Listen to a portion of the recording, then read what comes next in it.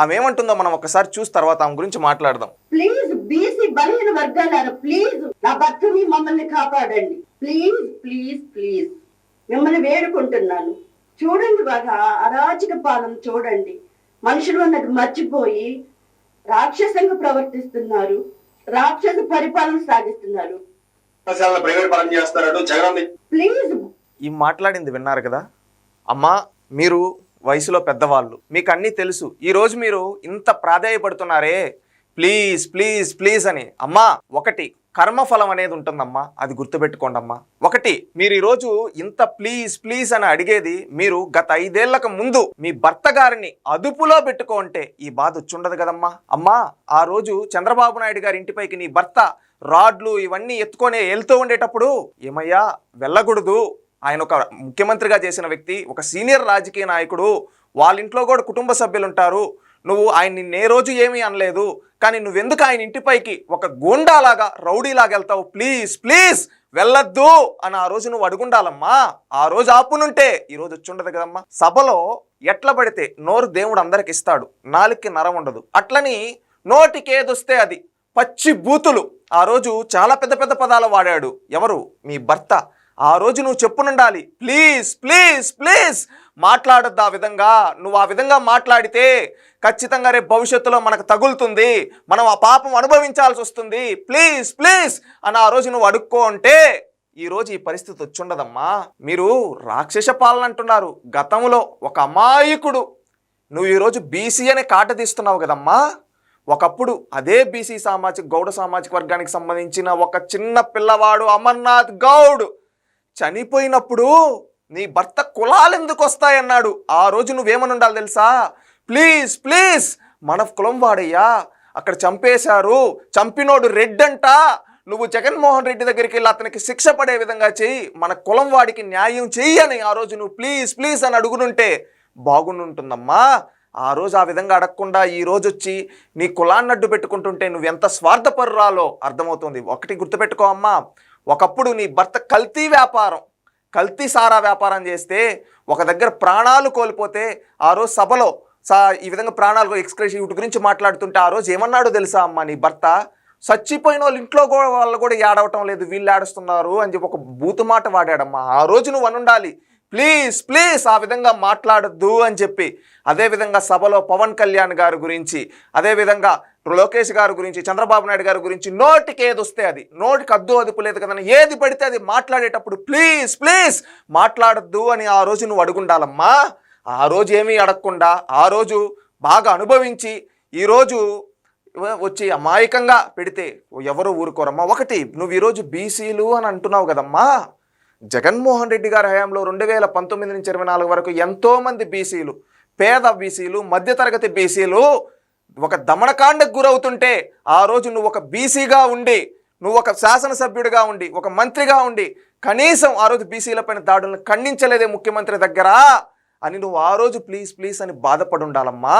ఆ రోజు బీసీలు ఒక నందం సుబ్బయ్య, ఒక చంద్రయ్య, ఒక జల్లయ్య ఈ విధంగా చెప్పుకుంటూ పోతే ఎంతోమంది బడుగు బలహీన వర్గాల అమాయకుల్ని ఆ రోజు ప్రాణాలు తీసేశారమ్మా. మీ జగన్మోహన్ రెడ్డి గారు ఉన్నప్పుడు రాక్షస పాలనలో ఆ రోజు ఒక బీసీగా నువ్వు ఎదిరించునుంటే ఈరోజు నీకు ఆ రోజు పదవులు అనుభవించి బీసీలని దగ్గరకు కూడా రానియకుండా బీసీ చావుల గురించి వ్యంగ్యంగా మాట్లాడి బీసీలని తక్కువ చేసి మాట్లాడి ఆ రోజు అహంకారపూర్వితంగా ఆ రోజు ఉండి ఈరోజు మీరు చేసిన తప్పులకి, మీరు చేసిన కల్తీ సారా వ్యాపారం వల్ల ఎంతోమంది ప్రాణాలకు, అలాంటి వాళ్ళ ప్రాణాలు ఉసురు తగిలి ఈరోజు మీ పైన కేసులు పెడితే నోరు అడ్డు అదుపు లేకుండా మాట్లాడితే ఇలాంటి సంఘ విద్రోహ శక్తులు, రెచ్చగొట్టే వ్యాఖ్యలు, సమాజంలో హేయమైన చర్య అని నీ పైన చట్టబద్ధంగా కేసులు పెడితే ఈరోజు నువ్వు కులాన్ని తీసుకొని వస్తున్నావంటే మీరెంత దిగజారిపోయి ఉన్నారో ఈరోజు రాష్ట్రంలో ఉండే ప్రతి ఒక్కరు ఆలోచిస్తున్నారమ్మా. అమ్మా, దయచేసి ఇంకొకసారి ఇలాంటి సెంటిమెంట్ డ్రామాలు ఆడొద్దని మీకు దండం పెట్టి అడుగుతున్నామమ్మా. ఎందుకంటే ఆ రోజు ఎంతోమంది వేల మంది బీసీలు ప్రాణాలు కోల్పోయినప్పుడు, దాడులు జరిగినప్పుడు మీరు ఖండించునుంటే ఈరోజు మీకు బీసీలు మీరు అడక్కపోయినా కానీ ఖచ్చితంగా ఆ రోజు వాళ్ళు ఇన్ని దాడులు జరుగుతుంటే మీరు కనీసం చీమ కుట్టినట్టు కూడా లేకుండా వ్యంగ్యంగా మాట్లాడారే, ఆ ఉసిరే ఈరోజు తగిలింది. అందుకే ఏ చోటి కర్మ ఆ చోటే అంటారమ్మా. ఇలాంటి డ్రామాలు వద్దమ్మా. ఇంకనైనా చేసిన తప్పులకి క్షమాపణలు కోరండి ప్రజల్ని. నీ భర్తని క్షమాపణలు కోరమని చెప్పు. ఇకనైనా మారుతాం, లేకపోతే ఇదే అహంకారపూరితంగా ఆమె ఏమంటుందో మనం ఒకసారి చూసి తర్వాత ఆమె గురించి మాట్లాడదాం. ప్లీజ్ బీసీ బలహీన వర్గాలారా, ప్లీజ్ నా భర్తని మమ్మల్ని కాపాడండి. ప్లీజ్ ప్లీజ్ ప్లీజ్ మిమ్మల్ని వేడుకుంటున్నాను. చూడండి బాగా అరాచక పాలన చూడండి. మనుషులు అన్నది మర్చిపోయి రాక్షసంగా ప్రవర్తిస్తున్నారు, రాక్షస పరిపాలన సాగిస్తున్నారు. ప్లీజ్. ఈ మాట్లాడింది విన్నారు కదా అమ్మా, మీరు వయసులో పెద్దవాళ్ళు, మీకు అన్నీ తెలుసు. ఈరోజు మీరు ఇంత ప్రాధేయపడుతున్నారే ప్లీజ్ ప్లీజ్ ప్లీజ్ అని. అమ్మా, ఒకటి కర్మఫలం అనేది ఉంటుందమ్మా, అది గుర్తుపెట్టుకోండి అమ్మా.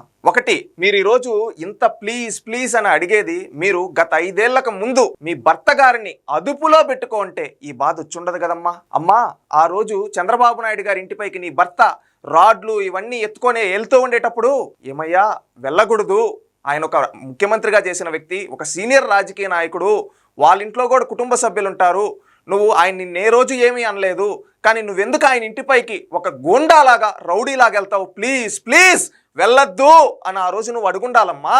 ఆ రోజు ఆపునుంటే ఈ రోజు వచ్చుండదు కదమ్మా. సభలో ఎట్లా పడితే నోరు దేవుడు అందరికి ఇస్తాడు, నాలుగుకి నరం ఉండదు. అట్లని నోటికి ఏదొస్తే అది పచ్చి బూతులు ఆ రోజు చాలా పెద్ద పెద్ద పదాలు వాడాడు. ఎవరు? మీ భర్త. ఆ రోజు నువ్వు చెప్పునుండాలి, ప్లీజ్ ప్లీజ్ ప్లీజ్ మాట్లాడొద్దు ఆ విధంగా. నువ్వు ఆ విధంగా మాట్లాడితే ఖచ్చితంగా రేపు భవిష్యత్తులో మనకు తగులుతుంది, మనం ఆ పాపం అనుభవించాల్సి వస్తుంది, ప్లీజ్ ప్లీజ్ అని ఆ రోజు నువ్వు అడుక్కో అంటే ఈరోజు ఈ పరిస్థితి వచ్చుండదమ్మా. మీరు రాక్షస పాలన అంటున్నారు, గతంలో ఒక అమాయకుడు, నువ్వు ఈరోజు బీసీ అనే కాట తీస్తున్నావు కదమ్మా. ఒకప్పుడు అదే బీసీ గౌడ సామాజిక వర్గానికి సంబంధించిన ఒక చిన్న పిల్లవాడు అమర్నాథ్ గౌడ్ చనిపోయినప్పుడు నీ భర్త కులాలు ఎందుకు వస్తాయన్నాడు. ఆ రోజు నువ్వేమని ఉండాలి తెలుసా? ప్లీజ్ ప్లీజ్ మన కులం వాడయ్యా, అక్కడ చంపేశారు, చంపినోడు రెడ్ అంట, నువ్వు జగన్మోహన్ రెడ్డి దగ్గరికి వెళ్ళి అతనికి శిక్ష పడే విధంగా చెయ్యి, మన కులం వాడికి న్యాయం చెయ్యి అని ఆ రోజు నువ్వు ప్లీజ్ ప్లీజ్ అని అడుగునుంటే బాగుంటుందమ్మా. ఆ రోజు ఆ విధంగా అడగకుండా ఈ రోజు వచ్చి నీ కులాన్ని అడ్డు పెట్టుకుంటుంటే నువ్వు ఎంత స్వార్థపరురాలో అర్థమవుతుంది. ఒకటి గుర్తుపెట్టుకో అమ్మా, ఒకప్పుడు నీ భర్త కల్తీ సారా వ్యాపారం చేస్తే ఒక దగ్గర ప్రాణాలు కోల్పోతే ఆ రోజు సభలో ఈ విధంగా ప్రాణాలు ఎక్స్క్రెషన్ వీటి గురించి మాట్లాడుతుంటే ఆ రోజు ఏమన్నాడో తెలుసా అమ్మా? నీ భర్త చచ్చిపోయిన వాళ్ళు ఇంట్లో వాళ్ళు కూడా ఏడవటం లేదు, వీళ్ళు ఏడుస్తున్నారు అని చెప్పి ఒక బూతు మాట వాడాడమ్మా. ఆ రోజు నువ్వు అనుండాలి, ప్లీజ్ ప్లీజ్ ఆ విధంగా మాట్లాడద్దు అని చెప్పి. అదేవిధంగా సభలో పవన్ కళ్యాణ్ గారి గురించి, అదేవిధంగా లోకేష్ గారి గురించి, చంద్రబాబు నాయుడు గారి గురించి నోటికి ఏది వస్తే అది, నోటికి అద్దు అదుపు లేదు కదని ఏది పడితే అది మాట్లాడేటప్పుడు ప్లీజ్ ప్లీజ్ మాట్లాడద్దు అని ఆ రోజు నువ్వు అడుగుండాలమ్మా. ఆ రోజు ఏమీ అడగకుండా ఆ రోజు బాగా అనుభవించి ఈరోజు వచ్చి అమాయకంగా పెడితే ఎవరు ఊరుకోరమ్మా. ఒకటి, నువ్వు ఈరోజు బీసీలు అని అంటున్నావు కదమ్మా. జగన్మోహన్ రెడ్డి గారి హయాంలో 2019 నుంచి 24 వరకు ఎంతోమంది బీసీలు, పేద బీసీలు, మధ్యతరగతి బీసీలు ఒక దమనకాండకు గురవుతుంటే ఆ రోజు నువ్వు ఒక బీసీగా ఉండి, నువ్వు ఒక శాసనసభ్యుడిగా ఉండి, ఒక మంత్రిగా ఉండి కనీసం ఆ రోజు బీసీలపైన దాడులను ఖండించలేదే ముఖ్యమంత్రి దగ్గర అని నువ్వు ఆ రోజు ప్లీజ్ ప్లీజ్ అని బాధపడి ఉండాలమ్మా. ఆ రోజు బీసీలు ఒక నందం సుబ్బయ్య, ఒక చంద్రయ్య, ఒక జల్లయ్య, ఈ విధంగా చెప్పుకుంటూ పోతే ఎంతోమంది బడుగు బలహీన వర్గాల అమాయకుల్ని ఆ రోజు ప్రాణాలు తీసేశారమ్మా.